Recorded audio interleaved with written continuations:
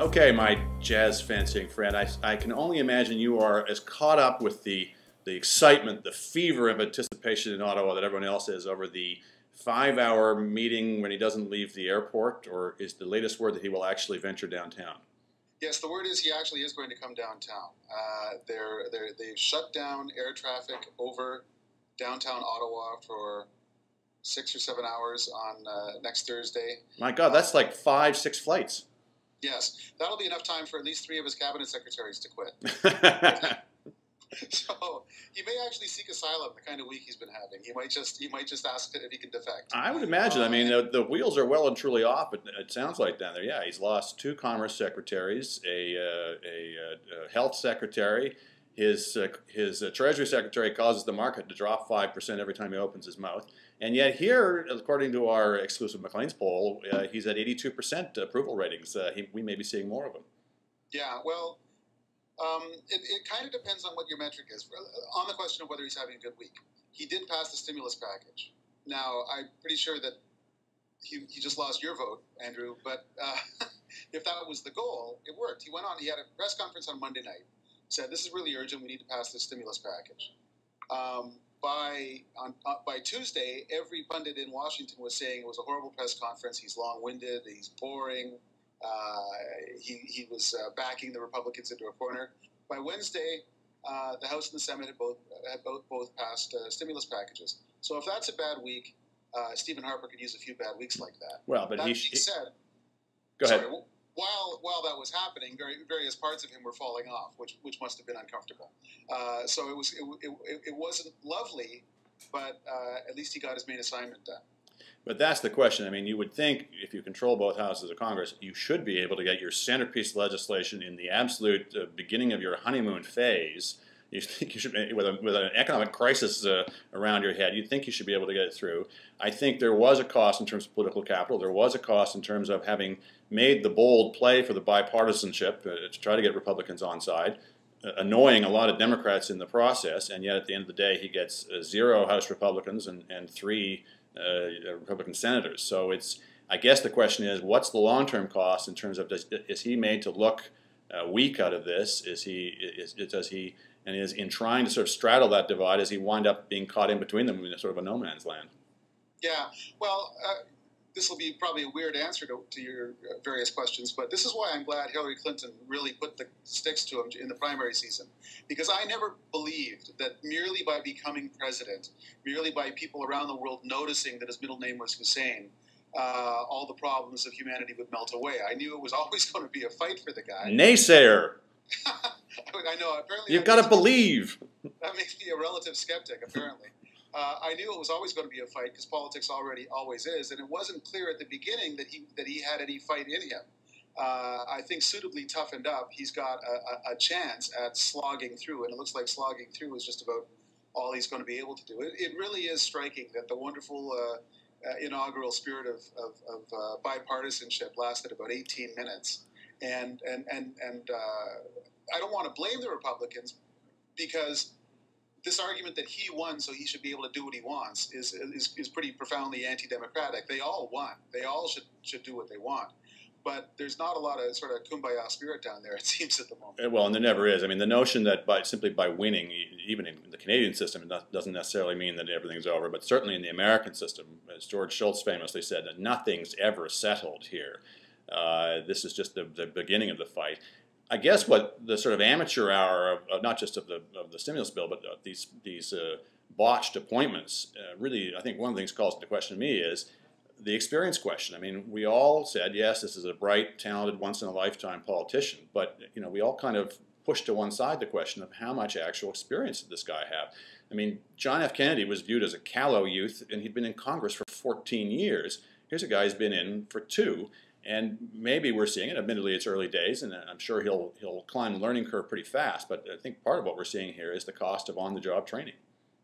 It's weird that his early victories, to the extent, I mean, they're very limited and partial victories, but the early signs of any hope have been in foreign policy. First of all, his vice president, Joe Biden, managed not to make a fool of himself in Munich last week at the Munich conference, and actually got a really good response from the Europeans. They sensed kindred spirits in the Obama administration. I know our colleague Mark Stein would be rolling over in his grave if he was in one, that the Europeanization, the Dimification of the Obama administration. And then Richard Holbrooke went to Pakistan. He was there for like a minute and a half, and suddenly Pakistan was owning up to being the base for the perpetrators of the Mumbai assault a few months ago, after having flatly denied that for a million years. It's not a normal thing when your early victories are in foreign policy, especially when, as seems to be the case with Obama, he actually isn't paying that much attention to foreign policy.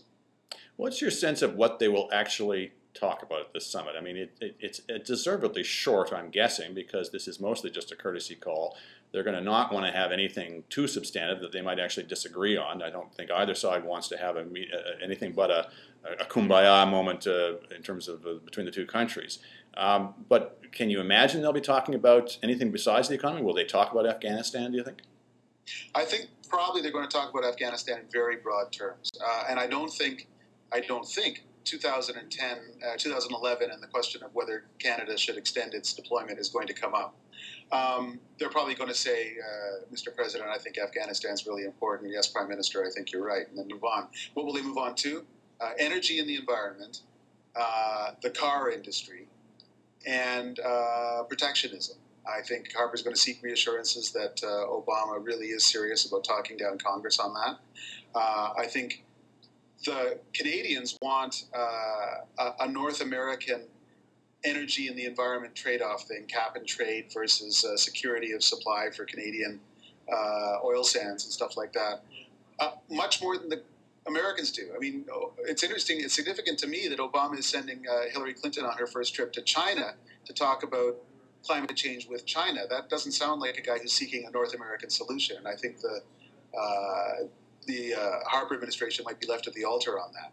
And then the final thing is the car industry. I mean, Tony Clement can't give billions to our auto makers until whoever winds up being responsible for that file in Washington does the same for Detroit. And theoretically, they're supposed to have a plan, I think, by next month that will show that they are out of the woods, they've got a plan for solvency, etc.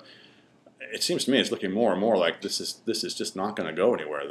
I'm profoundly pessimistic about the results of this. In fact, you're actually seeing the car makers here, and what I imagine maybe an ominous sign, actually saying, don't give us the money just yet.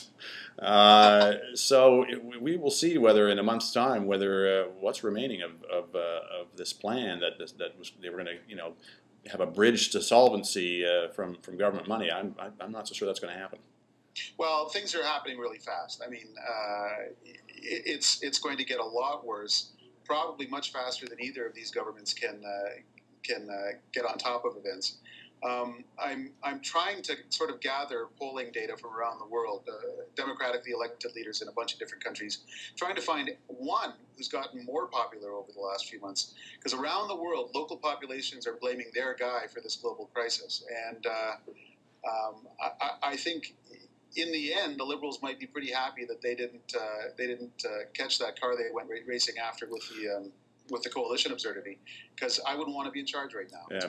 It's way too rainy out there. It's way too crazy out there. Very true. Now, mind you, on the protectionism front, I'm fairly optimistic. The language, if you look at the most recent draft of that bill, does suggest that essentially the president will be able to say, okay, it's protectionism except where it isn't. We'll have a Buy American policy except where this actually runs afoul of all of our international agreements, which is everywhere. And so you got that on your side. I can't imagine with the blowback he got, not just from us, but from the rest of the world, that he would want to run afoul of that. And I can't imagine the Congress, even a Democratic Congress, would want to really signally embarrass their standard bearer on such an issue. So I actually think at the end of the day, this will turn out to be a lot of stamping and cheering over not very much. Well, so it's sounding like, and I guess we should wrap this up for this week. It's sounding like next week will be a lot like this week. Chaotic, messy, none too pretty, but some progress made, and they live to fight another day. Much like you and me, Andrew. Well, on that note, we'll call it a day. All right, talk to you again. Talk to you soon.